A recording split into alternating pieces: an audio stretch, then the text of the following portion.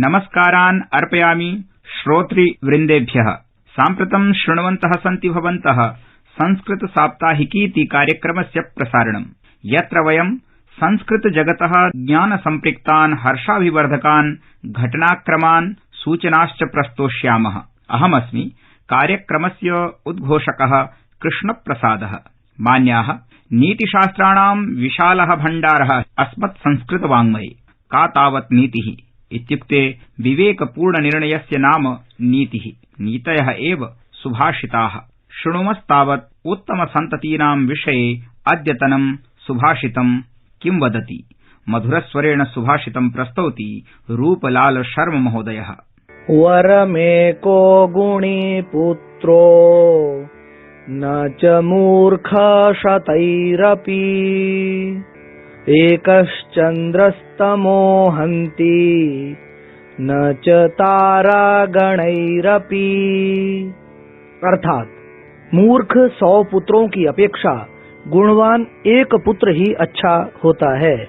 जिस प्रकार एक चंद्रमा ही संपूर्ण अंधकार का नाश कर देता है, जबकि असंख्य तारे भी अंधकार को दूर नहीं कर सकते। मित्राणि, मन्येऽहं स्मरन्ति भवन्तः प्रसंगः इति अस्ति अग्रिमा प्रस्तुतिः।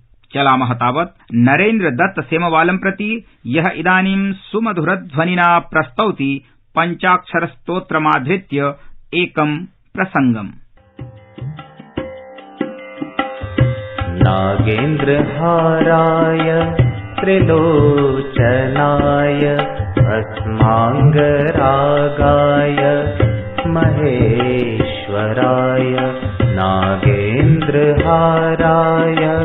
त्रिलोचनाय भस्माङ्गरागाय महेश्वराय नित्याय शुद्धाय दिगम्बराय तस्मै नकाराय नमः शिवाय। नित्याय शुद्धाय दिगम्बराय तस्मै नकाराय नमः शिवाय। नमः शिवाय, नमः शिवाय, नमः शिवाय, ॐ नमः शिवाय। मन्दाकिनी सलिलचन्दन चर्चिताय नन्दीश्वर प्रमथनाथ महेश्वराय। मन्दार पुष्प बहुपुष्प सुपूजिताय तस्मै मकाराय नमः शिवाय।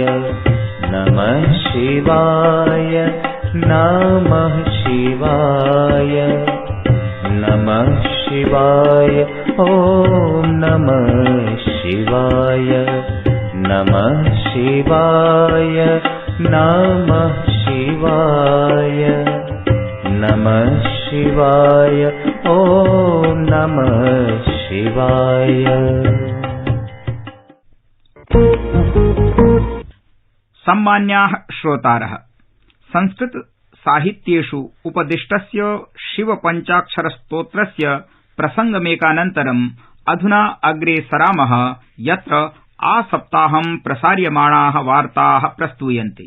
प्रधानमन्त्री नरेन्द्र मोदी शुक्रवासरे पश्चिमबंगालराज्ये 800 रूप्यकाणां परियोजनानां शिलान्यासम् उद्घाटनं च अकरोत्।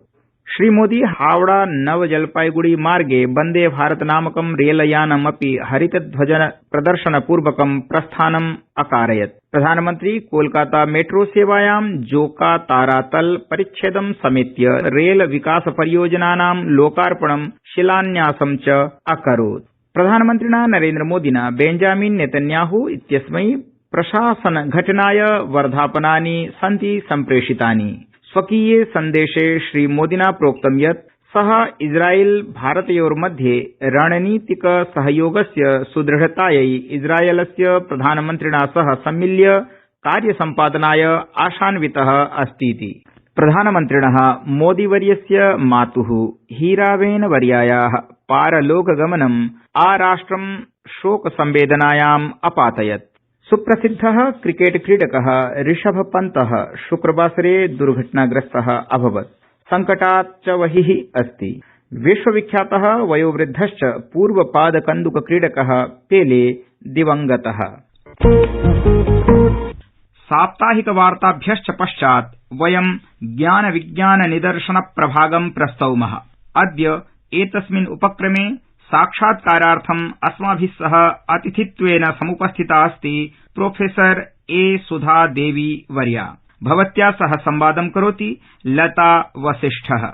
नमो नमः श्रोतारः। आकाशवाण्याः संस्कृत साप्ताहिकी कार्यक्रमे अद्य अस्माभिः सह साक्षात्कारार्थम् अतिथित्वेन समुपस्थिता अस्ति व्याकरणविदुषी प्रोफेसर एस सुधा देवी महोदया। महोदये भवत्याः हार्दिकं स्वागतं करोमि इह कार्यक्रमे। धन्यवादः। प्रोफेसर एस सुधा देवी वर्या, भवती दिल्ली विश्वविद्यालयाधीने आत्माराम सनातन धर्म महाविद्यालये 32 वर्षाणि यावत् अध्यापन कार्यं सम्पादितवती। भवत्याः मार्गदर्शने अनेके विद्यार्थिनः स्वीयं शोधकार्यं सम्पादितवन्तः। अध्यापन कार्यानुभवे भवत्या अनेकानि पुस्तकानि लिखितानि। अनेक गतिविधिभिः सहैव पाठ्यक्रम निर्माण प्रक्रियायां चापि भवत्याः महद्योगदानमस्ति। सेवानिवृत्तेः पश्चात् साम्प्रतमपि भवती पुस्तकलेखनकार्ये अध्ययनाध्यापनकार्येषु च संलग्ना अस्ति। तर्हि सर्वादौ अहं ज्ञातुमिच्छामि यत् संस्कृतविषयमधिकृत्य पठद्भिः छात्रैः सह उत शोधार्थिभिः सह भवत्याः अध्यापनानुभवः कीदृशः आसीत्? संस्कृतम् अधिकृत्य स्नातक छात्रेषु एकः विचारः प्रबलः आसीत् यत् एते अध्ययनं समाप्य जीविकोपार्जनं कर्तुं सक्षमा भविष्यन्ति न वा। अथ मया सत्रस्य आरम्भादेव तेषां संस्कृतं प्रति अनुरागम् उत्पादयितुं संस्कृत सम्भाषण कार्यशाला आयोजिता। तत्र सरलरूपेण एतैः संस्कृते वाक्यसंरचना परस्परं सम्भाषणम् अधीतम्। अन्यच्च संगोष्ठयः आयोजिताः आसन्। एवम् एतेषां हृदयेषु आत्मविश्वासः अभवत्। संस्कृत शोधछात्राः अधिकम् आत्मविश्वासयुताः आसन्। एते संस्कृतविषये गहनरूपेण शोधकार्ये संलग्नाः सन्ति स्म। महोदये, संस्कृतेन सममेव मणिपुरी आंग्ल जर्मनेति भाषात्रये अपि भवत्याः समानः एव अधिकारः अस्ति। भाषात्रये एव भवत्या पुस्तकानि अपि रचितानि। तेषु संस्कृत मणिपुरी इति भाषयोः मध्ये तुलनात्मकम् अध्ययनं विषयमधिकृत्य अपि भवत्या एकं पुस्तकं लिखितमस्ति। तावत् संस्कृत मणिपुरी भाषयोः मध्ये कीदृशी समानता भवत्या अनुभूता? संस्कृत मणिपुरी भाषाद्वयम् अधिकृत्य मया एकं पुस्तकं लिखितम्।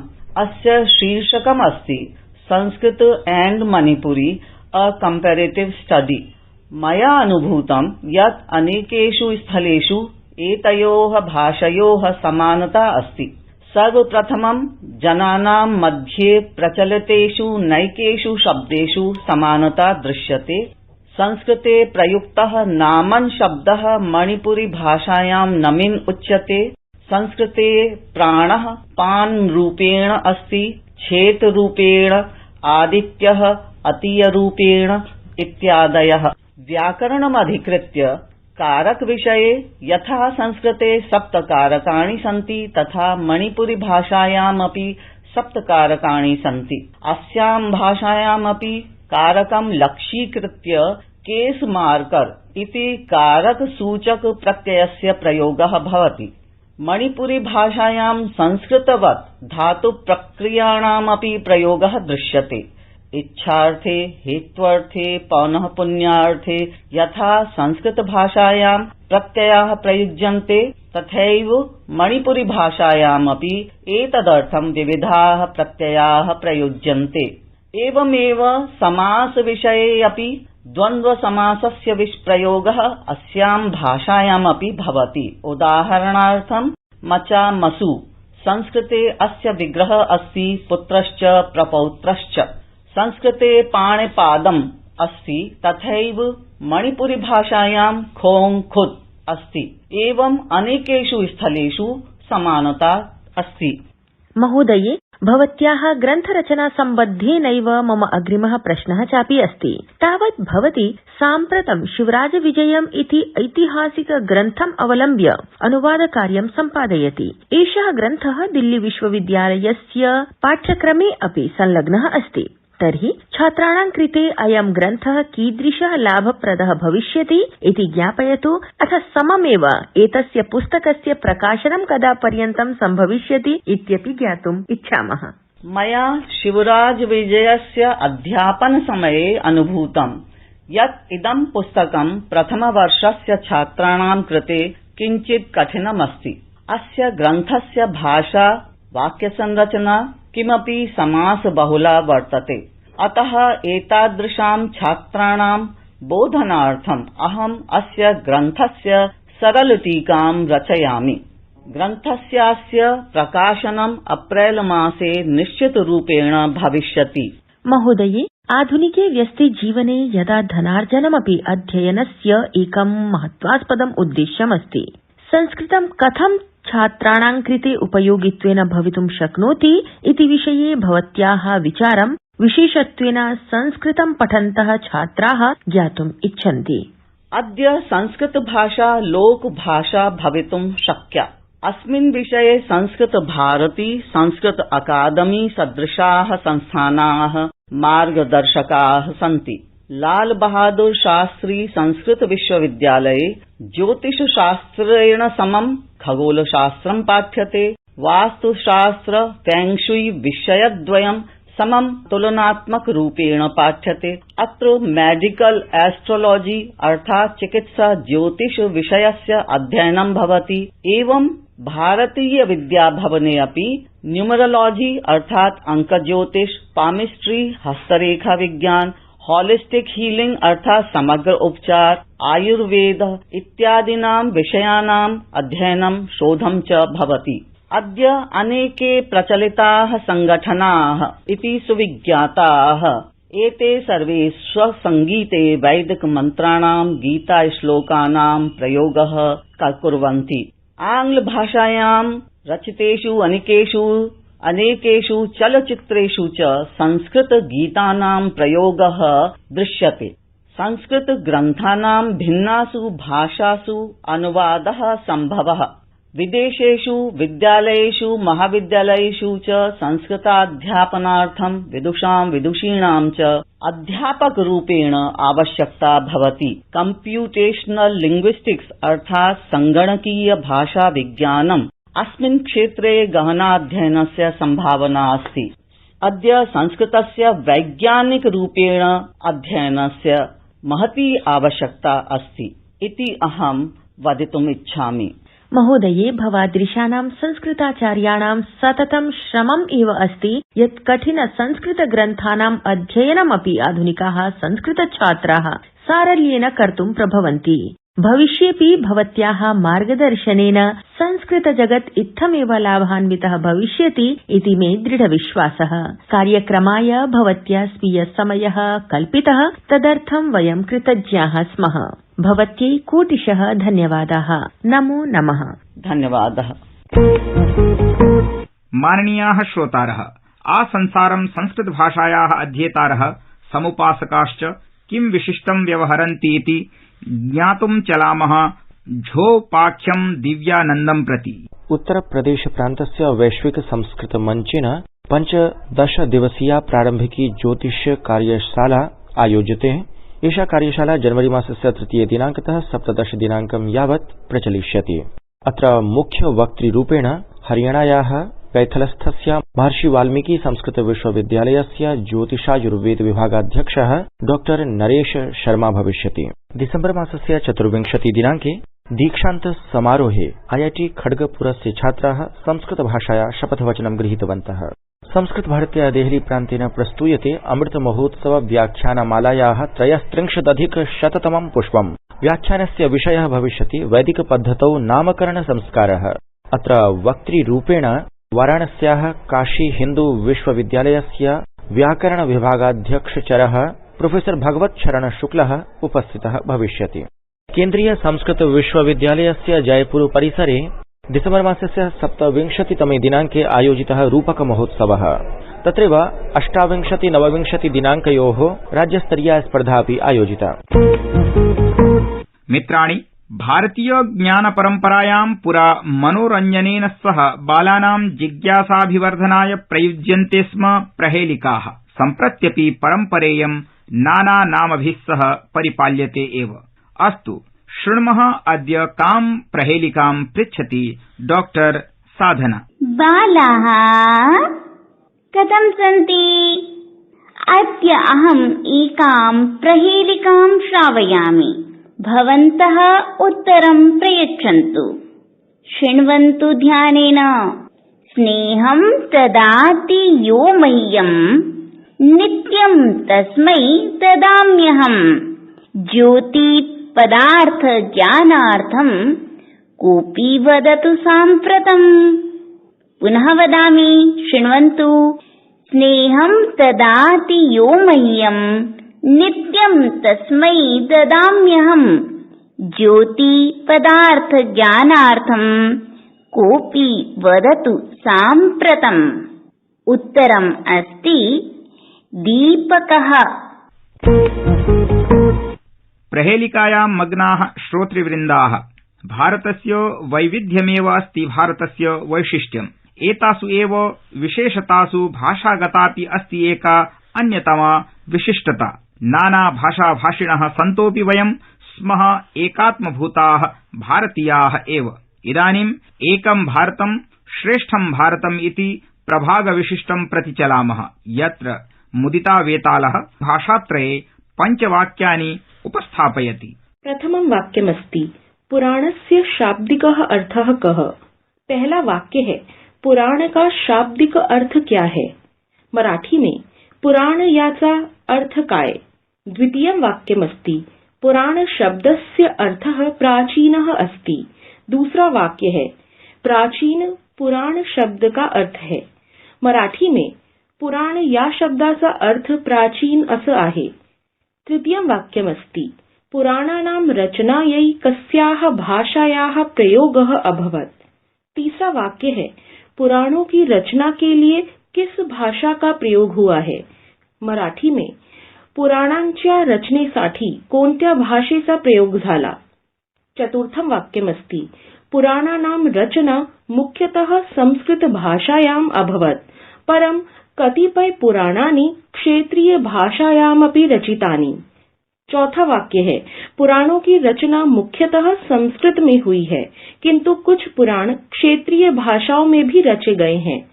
मराठी में पुराणांची रचना मुख्यतः संस्कृत भाषेत झाली, पण काही पुराण क्षेत्रीय भाषेतही रचले गेले।